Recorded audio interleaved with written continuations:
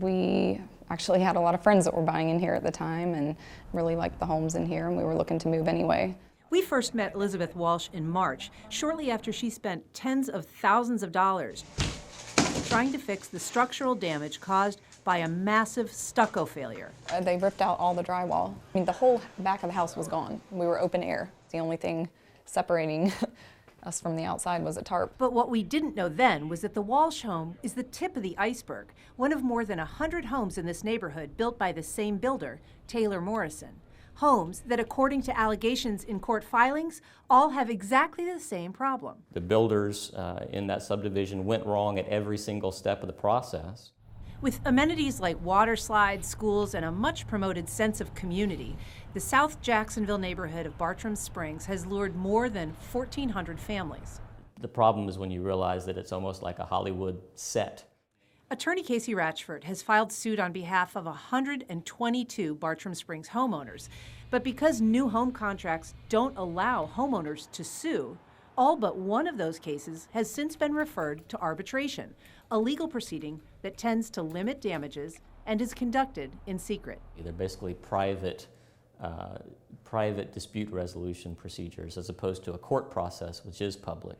First Coast News reached out to Taylor Morrison Homes. They declined to talk about any matters in litigation. But the company got a rough reception during a recent and extremely rare court proceeding. And I understand you don't have that. a very sympathetic client here. I understand that. According to the complaints, the universal problem is bad stucco.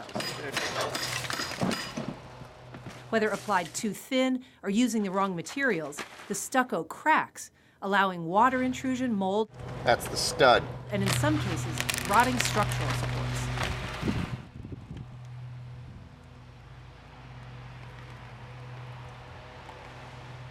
Unfortunately, it's typical.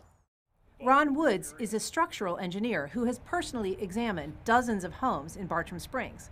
Both he and attorney Ratchford say the problems here are unfortunately common among volume builders. I think the companies are using the same contractors. They're all doing the same work in the same wrong way. In one very unusual case, owners of a Bartram Springs home were allowed to sue rather than take their case to arbitration because of a contract typo.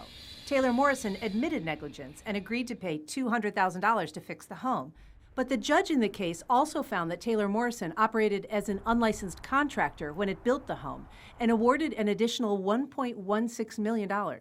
But the company appealed, and at a March hearing, the First District Court of Appeal expressed dismay at what they called the lack of supervision during the construction of the home. It's a farce, and that's what the circuit court found. In most cases, though, construction defects are kept out of the courts and out of the public eye, meaning not only are the proceedings themselves secret, so are whatever explanations Taylor Morrison might offer. Things that are going on in the arbitration are not generally known in the community or in the city at large. And people don't realize that these problems have happened in these other subdivisions, so they don't anticipate that it could happen to them. If you look out my back window, you can see the house right there. They have small children, and it's wrapped up right now because they've had to rip walls off as well.